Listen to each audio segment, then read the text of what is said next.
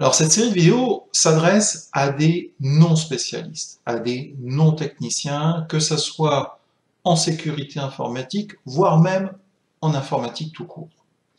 Les raisons qui motivent ce choix de s'adresser à un public de non-spécialistes sont liées au fait que les particuliers sont de plus en plus des proies faciles pour les attaquants informatiques ou ce que l'on appelle parfois les cybercriminels. Alors, le mot cyber est souvent présent dans tout ce qui concerne les pirateries informatiques, cyberattaque pour attaque informatique, cybercriminel pour les criminels informatiques.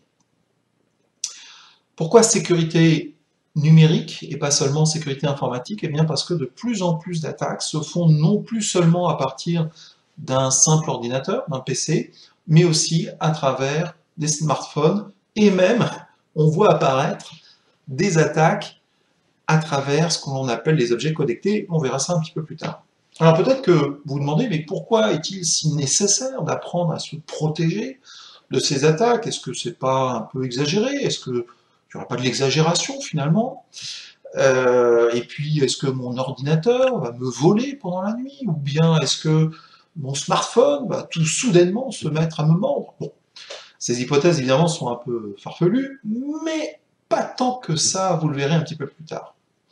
Donc l'objectif de cette série, dont c'est la première d'une longue série, de cette série de vidéos est donc effectivement de vous apprendre à vous protéger.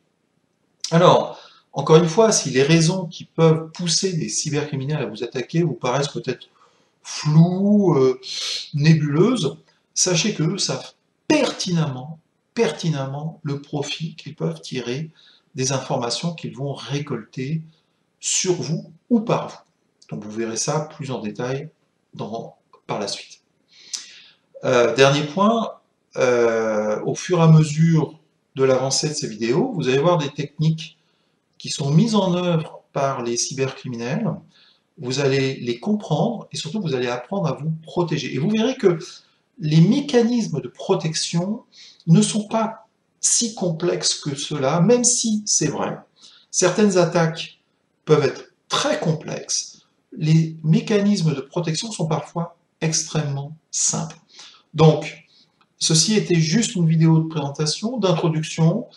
Je vous invite à poursuivre pour mieux comprendre concrètement comment vous pouvez vous défendre et surtout protéger vous-même ou vos proches de ces attaques informatiques.